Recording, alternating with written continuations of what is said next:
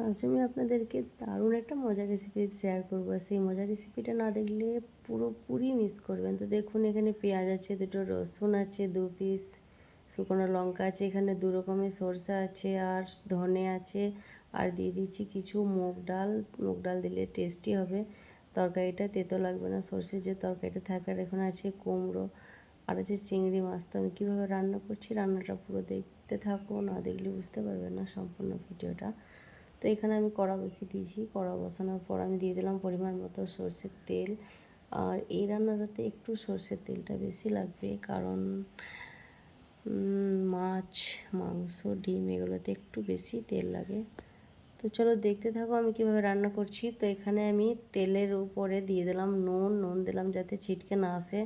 আর যে সর্ষে, ধনে, যেটা দেখিয়েছিলাম, লঙ্কা, পেঁয়াজ, সবগুলো একটা পেস্ট তৈরি করলাম। পেস্ট তৈরি করার পর আমি দিয়ে দিলাম কড়াতে দিয়ে ভালোভাবে নেড়ে চেড়ে মশলাটা একটু কষিয়ে নিতে হবে। তার উপর থেকে দিয়ে দিলাম আমি হলুদের গুঁড়ো, আর দিয়ে দিলাম লঙ্কা, সামান্য মতো লঙ্কা গুঁড়ো, কারণ লঙ্কা আমি এমনিতেও মশলাতে দিয়েছি। আর একটু ঝাল ঝাল না হলে খেতে ভালো লাগবে না। তো যে যার পরিমাণ মতো ঝাল দেবেন, যাতে আপনাদের যেটা ভালো লাগে সেটা করবেন। তার মাঝে আমি কুমড়োগুলো কুচি কুচি করে আমি কেটে রেখেছিলাম। কুচি কুচি করে কুমড়োগুলো কেটে ভালোভাবে ধুয়ে রেখেছিলাম, আমি দিয়ে দিলাম। ভালোভাবে দেওয়ার পর আমি ঢাকনা দিয়ে কষিয়ে নিচ্ছি কুমড়োটা। আমি কিন্তু একটুও পানি ইউজ করিনি। ভালোভাবে দেখবেন, না দেখলে বুঝতে পারবেন না। আর এই যে চিংড়ি মাছগুলো ভালোভাবে পরিষ্কার করে ধুয়ে রেখেছিলাম বেছে। আর চিংড়ি মাছ বাছা এতটাই কষ্টকর, আমার প্রচুর বিরক্ত লাগে। আর আমার ছেলে বায়না করছে আমি কুমড়ো দিয়ে চিংড়ি মাছ খাবো। তো এই রেসিপিটা দারুণ লাগে, টেস্টি। তো আমি এখানে আবারও কষিয়ে নিচ্ছি, ভালোভাবে নেড়েচেড়ে কষিয়ে নিতে হবে।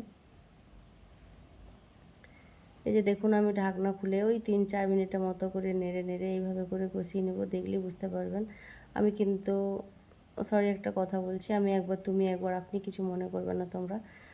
তো যাক, দেখো, তোমরা না দেখলে বুঝতে পারবে না। ভালোভাবে কষানোর পরে আমি এখানে দিয়ে দিলাম গরম পানি। মাছ, মাংস, ডিম যেটা রান্না করবে গরম পানিটা ইউজ করবে। গরম পানিটা ইউজ করলে কোনো রকমই কোনো প্রবলেম হবে না, কোনো আষ্টে গন্ধ বেরোবে না, খুবই টেস্টি লাগবে। দেখো আমার তরকারিটা দেখলেই বুঝতে পারবে কত সুন্দর একটা লোভনীয় তরকারিটা হয়েছে। আর এটা কি বলো তো, বেশি পানি দেওয়া যাবে না, এটা মোটামুটি এই মাখো মাখো টাইপের হবে। খেতে কিন্তু হেভি টেস্টি। একবার না খেয়েছো তো রান্না করে খেয়ে দেখতে পারো।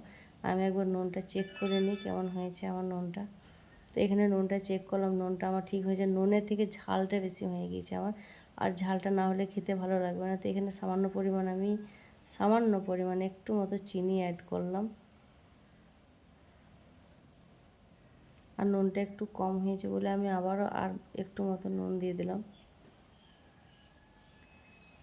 এবার ভালোভাবে আর একটু নেড়ে নেব।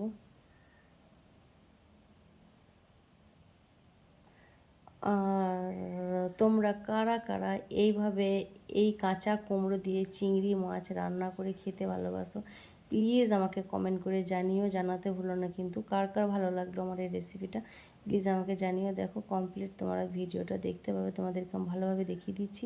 আর তোমরা জানাতে ভুলো না কিন্তু, মাথায় রেখো কথাটা যে জানাতে হবে। এই যে দেখো হয়ে গিয়েছে। দেখা হবে পরবর্তী ভিডিওতে। ভালো থেকো, সুস্থ থেকো।